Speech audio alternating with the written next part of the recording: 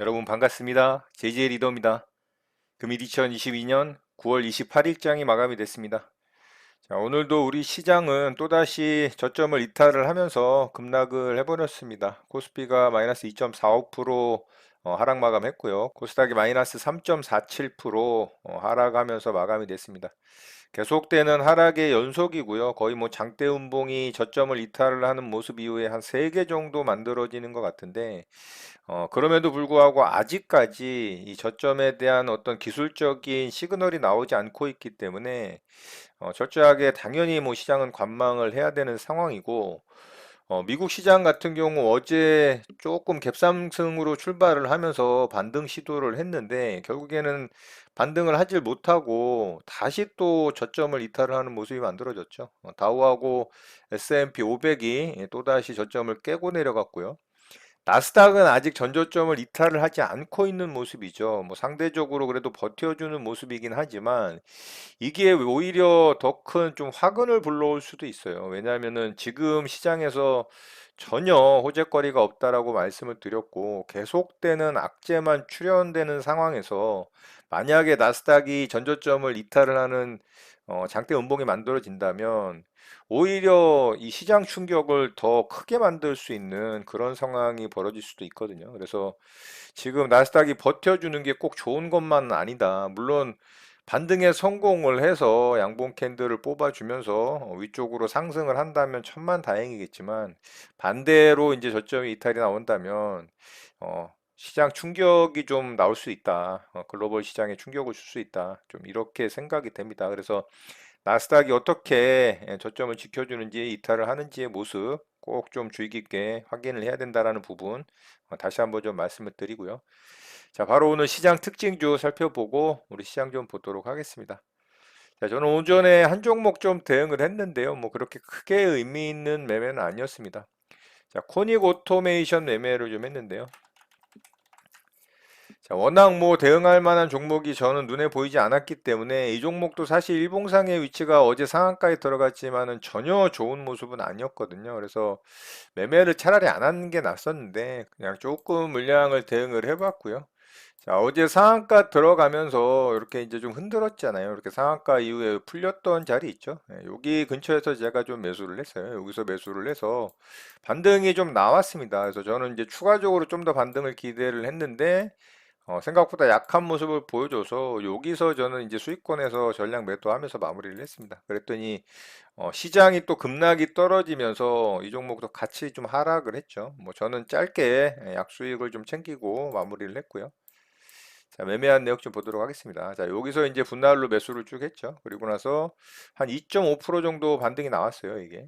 자, 여기까지 한 2.56% 반등이 나왔죠. 근데 저는 이제 조금 더 욕심을 냈는데 사실 이거 진짜 욕심이죠. 뭐 시장이 이런 상황에서 2% 수익도 진짜 감사한 건데 욕심을 내다가 다시 이제 약한 모습을 보여서 뭐 약수익권에서 전량 매도하면서 수익 챙기고 좀 마무리했습니다.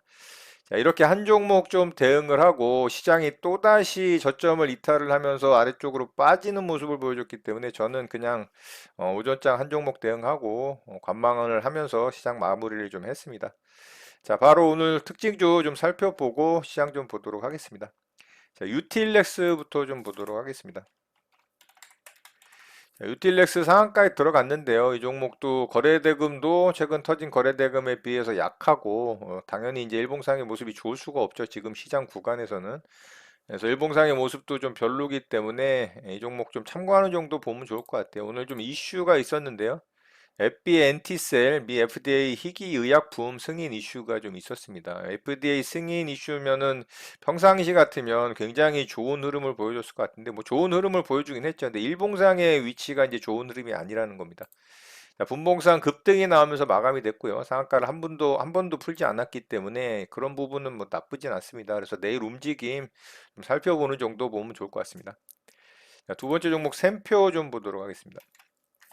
자, 샘표도 상한가에 들어갔는데요. 마찬가지로 일봉상 이런 고점 자리를 뚫지 못하는 매물대에 갇혀 있는 자리죠. 거래대금도 뭐 채 한 200억 정도밖에 안 되는 모습이고 썩 좋아 보이지 않습니다. 오늘 뭐 자사주 매입 이슈가 좀 있는데요. 100억 규모 자사주 취득 결정 이슈로 상한가에 좀 들어갔는데 뭐 100억 정도가 그렇게 강한 어떤 상한가를 들어갈 만한 뉴스인가? 뭐 전 개인적으로 그렇게 강한 뉴스는 아니라고 생각을 하는데 어쨌든 상한가에 들어갔습니다. 자, 얘도 뭐 오전에 급하게 상한가 들어간 이후에 살짝 풀리긴 했습니다만 다시 이제 상한가 잘 굳히고 마감이 됐기 때문에 이 종목도 내일 움직임 좀 살펴보는 정도 보면 좋을 것 같습니다. 자, 그린 케미칼도 상한가에 좀 들어갔는데요. 자, 이 종목도 마찬가지죠. 이렇게 매물대에 갇혀 있는 자리고 거래대금 최근 들어서 터진 거래 정고점을 넘기질 못하는 거래대금이고요. 한 400억 정도 터졌죠. 자, 이 종목도 이슈는 좀 있는데요. 1회 충전 2차 전지 관련해서 1회 충전 630km 무음극 배터리 개발 이슈가 좀 있습니다. 그래서 뭐 나쁘지 않은 이슈인 것 같긴 한데 분봉상 흐름이 그렇게 좋진 않죠. 급등 나왔다가 급락시켰다가 다시 그걸 또 다 말아 올리는 상한가. 상한가는 또 굳히고 잘 마무리가 됐기 때문에 뭐 이런 거는 또 나쁘진 않습니다. 그래서 이 종목도 내일 움직임 살펴보는 정도 보면 좋을 것 같습니다. 자, IMBC 좀 보도록 하겠습니다. 자, IMBC도 상한가에 들어갔는데요. 이 종목은 앞에서 한 차례 상한가 이후에 상한가를 다 훼손시켰다가 다시 이제 그거를 또 상한가를 말아 올렸어요. 오늘 정고점 돌파를 하는 이 거래대금이 터졌죠. 730억 정도가 터졌고 요 앞에 이제 전고점은 넘기지 못하는 상한가라 뭐 내일 움직임을 좀 봐야 될 것 같습니다. 그래서 이 종목도 내일 움직임 좀 살펴보는 정도 보면 좋을 것 같아요.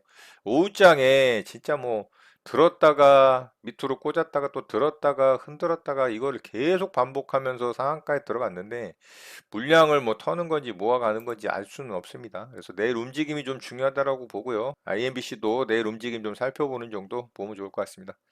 자, 마지막으로 코리아 SE 좀 보도록 하겠습니다. 자, 코리아 SE가 급등 이후에 이렇게 이제 급락을 시켰는데 또다시 오늘 상한가에 좀 들어갔죠. 정고점을 뭐 뚫는 구간은 아닌데 낙폭 과대를 좀 보여주고 기술적 반등 구간이라고 봐야 되겠죠. 보통 이제 이렇게 급등주들은 이런 식으로 슈팅 한 차례 주고 크게 흔든 다음에 오른쪽 어깨가 낮은 정도 아니면은 뭐 쌍 고점 정도 만들고 이런 식으로 이제 죽거든요. 그래서 여기를 돌파를 하질 못하고 이제 죽는다면은 이제 끝났다라고 봐야 됩니다. 그래서 조금 더 상승할 수 있는 이런 폭은 있죠. 여기 이제 고점 자리까지 폭은 있기 때문에 내일 아마 또 굉장히 진폭을 가져가면서 위아래로 슈팅을 줄 가능성이 있다라고 봅니다. 그래서 이 종목은 초보자분들 대응하기는 쉽지 않을 것 같고요. 좀 참고하는 정도 보면 좋을 것 같습니다.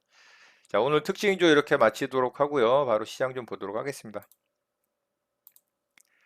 자, 우리 시장은 또다시 저점을 이탈을 했죠. 코스피도 이제 저점을 이탈을 한 모습이고, 제가 어제 이제 아랫골이 달린 캔들이 만들어지면서 코스닥은 양봉을 좀 뽑아줬지만 전혀 반전 시그널이 아니기 때문에 섣불리 매수 접근하는 거는 바람직하지 않다라는 부분에 대해서 말씀을 드렸죠. 그리고 N자형 하락 목표치에 대해서도 말씀을 드렸는데, 그게 대략 한 2100에서 2150 정도 되죠. 목표치는 한 2130 정도로 나왔는데 한 2100에서 2150 정도로 말씀을 드렸고 결국에는 이제 그 근처까지는 왔어요. 그러니까 조금 더 하락할 수 있는 여지는 있다라고 보고 만약에 한 2100에서 2150, 2300, 2130 정도 찍는다라고 치면 일단 뭐 기술적인 N자형 목표치는 찍었다라고 볼 수 있는데 중요한 건 조금 전에 말씀을 드렸던 나스닥이 저점을 깨고 내려가는 장대 음봉이 발생을 하면 추가적으로 좀 더 강하게 하락할 가능성도 있다라는 부분도 좀 생각을 해야 됩니다. 그래서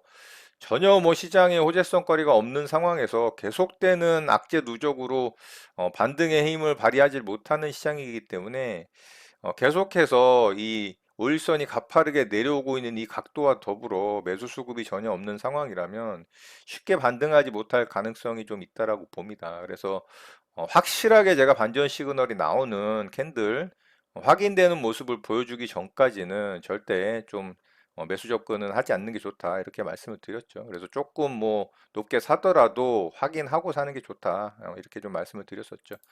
자, 코스닥 시장도 마찬가지입니다. 코스닥 시장도 어제 하락 잉태형 캔들이죠. 상승 잉태형 캔들 양봉으로 만들어졌긴 했지만 전혀 반전 시그널이 아니기 때문에 관망을 해야 된다라는 부분 말씀을 드렸고, 결국에는 오늘 추가적인 하락이 나왔고요. 코스닥 같은 경우는 N자형 하락 목표치 대략 한 650포인트 정도 됩니다. 이 정도 되기 때문에 조금 더 하락할 수 있는 여지가 충분히 있죠. 오늘도 아래 꼬리가 살짝 달리긴 했습니다만 전체적인 음봉 길이에 비해서 이거는 굉장히 약한 아래 꼬리이기 때문에 추가적인 하락 충분히 나올 수 있는 그런 기술적인 모습이다, 이렇게 보는 게 맞습니다. 그래서 계속해서 시장은 관망을 해야 되고 반전 시그널이 확실하게 나올 때까지 철저하게 보수적인 관점으로 좀 봐야 된다, 이렇게 좀 말씀을 드릴 수가 있을 것 같아요. 자, 뭐 오늘 환율 진짜 또 역대급을 찍었습니다. 오늘 장중에 1440원을 돌파를 했고요. 종가상으로 1439.9원, 뭐 거의 1440원이죠. 환율이 이런 모습을 계속 이어간다면 진짜 아시아권에서의 금융위기 이야기가 어떻게 보면 또 진짜 눈앞에 다가올 수도 있는 상황이 벌어질 수도 있지 않을까. 우리나라도 절대 안심할 수 있는 그런 모습이 아니다라는 생각이 좀 듭니다. 굉장히 우려스러운 모습이고요. 저런 상황에서 외국인의 수급을 기대를 할 수가 없겠죠. 당연히 오늘도 외국인은 매도를 보여줬고요. 이틀간 이제 매수 수급을 보여줬던 기관까지 매도에 가담하면서 결국에는 시장을 더 이제 하락시키는 모습으로 만들어졌죠. 자, 이런 상황에서 또 개인들의 신용 물량 반대 매매가 나올 수가 있거든요. 그러면 투매가 또 한 차례 나올 수가 있어요. 거기다가 뭐 스탁론 반대 매매까지 더해진다라면 한 차례 더 패닉 세일이 나올 수도 있거든요. 예를 들어서 이제 반대 매매가 강하게 나오는 날 같은 경우는 이 시초가 동시호가 매매 때 종목이 이제 한가로 찍히는 경우들이 있어요. 그런 모습들이 나온다라면 반대 매매가 굉장히 많이 나오는 시장이다라는 걸 인식을 하고, 단기적으로는 또 그런 구간이 반등이 강하게 나오는 때도 있는데, 지금 시장에서는 그런 거를 좀 짧게 뭐 수익 구간을 보고서 대응을 하겠다라고 좀 하는 것보다는 확실하게 말씀드렸던 것처럼 반전 시그널을 좀 확인을 하고 대응하는 게 안전하다라고 봅니다. 지금 시장은 진짜 역대 하락 중에 좀 또 역대급이지 않나, 개인적으로 그런 생각이 좀 들어요. 그래서 이런 자리까지 만약에 나스닥이 저점을 이탈을 하면 이탈이 나올 수도 있는 그런 시장이 만들어질 수 있다라는 우려가 좀 있습니다. 그래서 그런 부분도 좀 참고하시고 시장 대응하셨으면 좋겠습니다. 확실하게 기술적인 반전 시그널, 강한 장대 양봉이 나오거나 아랫골이 달린 양봉 캔들, 급락 이후에 아랫꼬리를 강력하게 달아주는 양봉 캔들, 이런 것들이 좀 확인이 되는 순간에 뭐 가장 안전한 건 제가 봤을 때 단기 5일선 좀 안착하는 흐름을 보고 대응을 하는 게 가장 안전하지 않나, 뭐 그런 생각도 합니다. 그래서 지금 구간은 보시다시피 급락하는 구간에서 5일선의 각도가 보이시죠? 뭐 거의 꼬챙이처럼 내려 꽂히고 있잖아요. 엄청난 하방 압력이 가해주고 있는 구간이기 때문에 섣불리 매수를 했다라가는 뭐 결국에는 또다시 급락이 나오고 투매가 떨어지는 구간을 내가 다 몸으로 받아내면서 하락을 맞아야 되는 그런 상황이 벌어질 수 있기 때문에 섣불리 매수하는 거 그렇게 바람직하지 않다라고 다시 한번 좀 말씀을 드리겠습니다. 자, 이런 부분들 잘 참고하셔서 힘들고 어려운 시장 잘 대응하시는 여러분 되셨으면 좋겠습니다. 자, 오늘 내용은 이것으로 마치도록 하겠습니다. 오늘 하루도 마무리 잘 하시고요. 늘 행복하시기 바랍니다. 여러분의 구독과 좋아요는 영상 제작에 큰 힘이 됩니다. 감사합니다. JJ 리더였습니다.